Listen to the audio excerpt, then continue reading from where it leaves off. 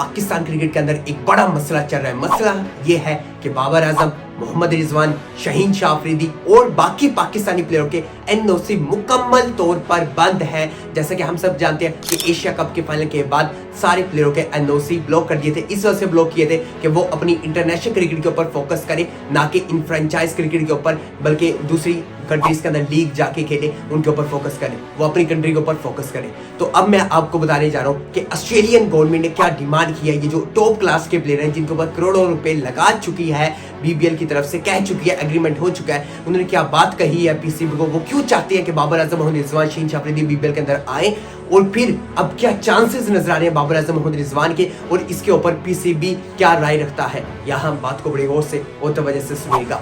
First of all आपको बताता चलूं कि जो बीबीएल के अंदर पाकिस्तानी प्लेयर है वो 5 से 6 प्लेयर है पाकिस्तानी इस वक्त बीबीएल के अंदर। बाबर आजम का ताल्लुक है सिडनी सिक्सर से, और बाबर आजम की जो अमाउंट है इस बीबीएल के अंदर वो तकरीबन प्लेटिनम कैटेगरी के अंदर है, जो लगभग बनती है $4,20,000। तो अंदाजा लगाइए कितनी बड़ी अमाउंट है। सबसे महंगे एक्सपेंसिव प्लेयर, उसके बाद शाहीन शाह अफरीदी है, प्लेटिनम के प्लेयर है, $4,20,000। तीसरे नंबर के ऊपर मोहम्मद रिजवान है, जो कि गोल्ड के प्लेयर हैं, जिन्हें लगभग $3,00,000 यानी कि करोड़ों रुपए, अगर पाकिस्तानी अमाउंट के अंदर बात करें तो लेस देन 4-4 करोड़ से ये प्लेयर ऊपर के ये प्लेयर हैं जो कि बीबीएल खेलने जा रहे थे, जिनका एग्रीमेंट भी हो चुका है, बीबीएल के अंदर सिलेक्ट भी हो चुका है, क्योंकि बीबीएल स्टार्ट होने वाला है दिसंबर के अंदर।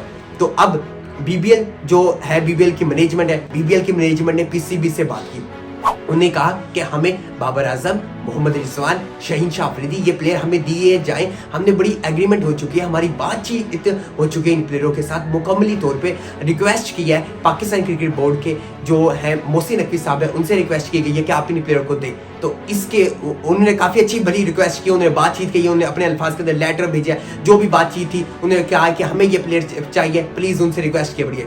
फिर उसके बाद पाकिस्तान क्रिकेट बोर्ड का इसके ऊपर क्या जवाब था। पाकिस्तान क्रिकेट बोर्ड ने कहा कि अगर कोई प्लेयर जाना चाहता है, किसी ओवरसीज लीग खेलने जा रहा है, किसी बाहर कंट्री के अंदर लीग खेलने जाना चाहता है और किसी फ्रेंचाइज के अंदर खेलना चाहता है, तो फिर पहले हमारा क्राइटेरिया पूरा करना पड़ेगा। अगर कोई प्लेयर खेलना जाना चाहता है कि कोई लीग खेलने जाना है, तो उसके लिए क्राइटेरिया पीसीबी ने ये रखा है कि डोमेस्टिक क्रिकेट, और फिर बात करें हमारी इंटरनेशनल क्रिकेट का क्राइटेरिया एक रखा है कि कितने मैचेस रखे हुए हैं, और हाई परफॉर्मेंस सेंटर के अंदर कितनी ट्रेनिंग की गई है इन प्लेयरों की, जो भी खेलने जाना चाहेगा उनके अंदर कितनी ट्रेनिंग की गई है। अगर वो हमारे क्राइटेरिया से ऊपर हुआ तो हम जाने देंगे, लेकिन अगर ना हुआ तो हम जाने नहीं देंगे। और ये भी हम डिसाइड करेंगे कि कौन प्लेयर जाएगा और कौन प्लेयर नहीं जाएगा। अब यहाँ सवाल उठता है कि बाबर आजम, शाहीन शाह अफरीदी और मोहम्मद रिजवान क्या इस क्राइटेरिया के ऊपर उतरते हैं। पहली बात, बाबर आजम, मोहम्मद रिजवान की बात करें, ये 2 प्लेयर तो हमें पाकिस्तान टीम में नजर नहीं आए, एशिया कप के स्क्वाड के अंदर भी नजर नहीं आए। अलबत्ता साउथ अफ्रीका के स्क्वाड के अंदर जो अब 12 से खेली जाने वाली है उसके अंदर मौजूद है, टेस्ट के अंदर शाहीन शाह अफरीदी भी मौजूद है, लेकिन इससे पहले मौजूद नहीं थे। और इससे पहले बाबर आजम, मोहम्मद रिजवान ने भी वो ट्रेनिंग नहीं की हाई परफॉर्मेंस सेंटर के अंदर। बात करें, अब अगला सवाल उठता है, क्या बाबर आजम, मोहम्मद रिजवान को नहीं जाने दिया जाएगा जबकि शाहीन शाह अफरीदी मौजूद थे पाकिस्तान टीम के अंदर। अब सवाल यहाँ बड़ा उठता है, ये पाकिस्तान के बड़े सीनियर प्लेयर हैं तीनों, बाबर आजम भी, शाहीन शाह अफरीदी, मोहम्मद रिजवान भी पाकिस्तान टीम के बड़े सीनियर प्लेयर, पाकिस्तान टीम से बड़ी क्रिकेट खेल चुके हैं और पाकिस्तान टीम को बड़ा सर्व किया है इन्होंने काफ़ी सालों के अंदर, पिछले 4 से 5 साल उठा ले, यही हमें सीनियर प्लेयर नजर आते हैं।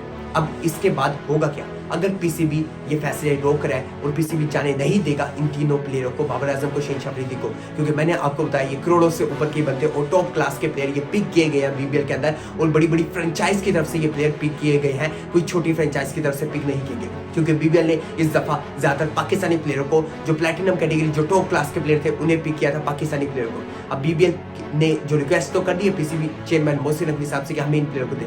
अब पीसीबी चेयरमैन के ऊपर फैसला है कि वो क्या करेंगे, उनके माइंड के अंदर क्या होगा, क्या वो इसके ऊपर राय देंगे या नहीं देंगे। क्योंकि अब के वक्त के अंदर हम बात करें तो इस वक्त हमें काफ़ी चीज़ें नजर आ रही है, इस वक्त हमें ये चीज़ें नजर आ रही है कि बाबर आजम को, मोहम्मद रिजवान को, शाहीन शाह अफरीदी को अभी फिलहाल के वक्त कोई एनओसी जारी नहीं किया जाएगा, क्योंकि जो लीग है वो खेली जाएगी दिसंबर के अंदर खेली जाएगी बीपीएल। बीबीएल के अंदर अगर हम ओवरऑल प्लेयरों के ऊपर बात कर लें बीबीएल के अंदर, तो पाकिस्तानी प्लेयर पहले भी जाते रहे हैं और पिछले साल भी हम देख लें तो पाकिस्तानी प्लेयर गए थे।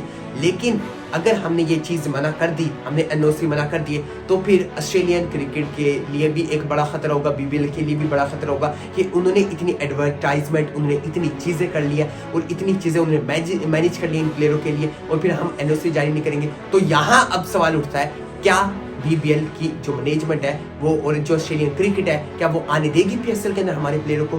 क्योंकि जो ऑस्ट्रेलियन क्रिकेट है या फिर आप इंग्लिश की क्रिकेट की बात करें, वो जब कहते हैं कि जब हमारा एग्रीमेंट हो जाएगा फिर आप मना ना करें। कोई अगर पर्सनल इश्यूज हो जाते हैं या फिर कोई बड़े मामला हो जाते हैं अनफॉर्चुनेटली, तो फिर मना कर दे। लेकिन आप इस तरह ऐसे प्लेयरों के मना कर रहे हैं जिनका एग्रीमेंट भी हो चुका है, जिनसे बातचीत भी हो चुकी है, जिनसे सब कुछ तय पा गया है, और फिर आप उन प्लेयर को मना कर रहे हैं। फिर ऑस्ट्रेलियन जो क्रिकेट है वो इसके ऊपर एग्री नहीं करती और वो ऐसे प्लेयर को आने वाले सालों के अंदर ऐसे प्लेयर को नहीं रखेगी, चाहे वो कितने महंगे से महंगा और कितने बड़े से बड़ा प्लेयर है।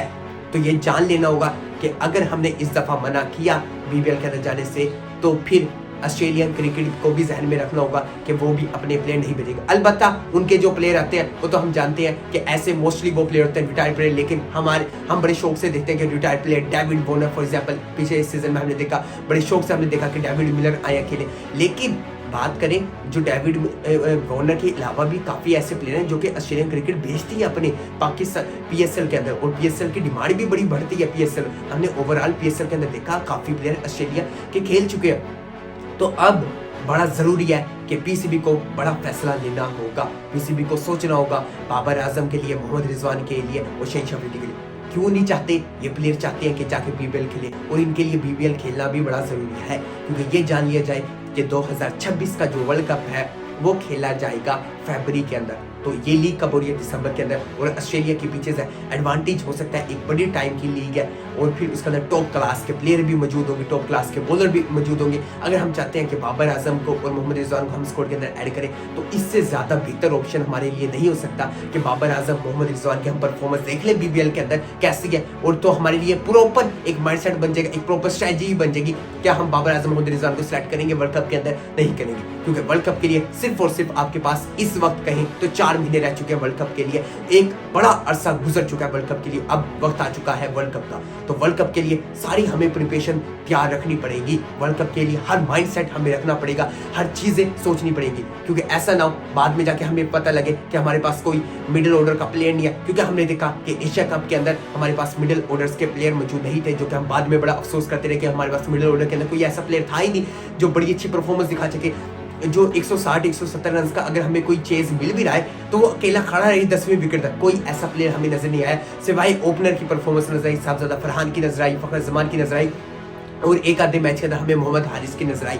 ये परफॉर्मेंस थी, उसके अलावा पूरा मिडिल ऑर्डर स्ट्रगल करता हुआ नजर आया। क्योंकि अब यहाँ से हमें माइंडसेट बनाना होगा कि हमने किस प्लेयरों के साथ जाना है, किस प्लेयरों के साथ नहीं जाना, और अब हम अपने ही प्लेयरों के साथ ये नाइंसाफी करें जिनके प्लेयरों के एग्रीमेंट हो चुके हैं। क्योंकि इस वक्त आईएलटी भी स्टार्ट होने वाली है, अब से जितनी क्रिकेट खेलेंगे उतना पाकिस्तान क्रिकेट के लिए बेहतर होगा, उतना हमारे लिए काफ़ी चीज़ें खुलेंगी कि किस प्लेयर की किस किस जगह परफॉर्मेंसेज हैं। अब वक्त आ चुका है तो पाकिस्तान क्रिकेट को बेहतर बनाने को उम्मीद करते हैं कि बाबर आजम, शहीन अफरीदी को एनओसी मिले। मिलता हूँ आपसे अगली वीडियो में, तब तक के लिए अल्लाह।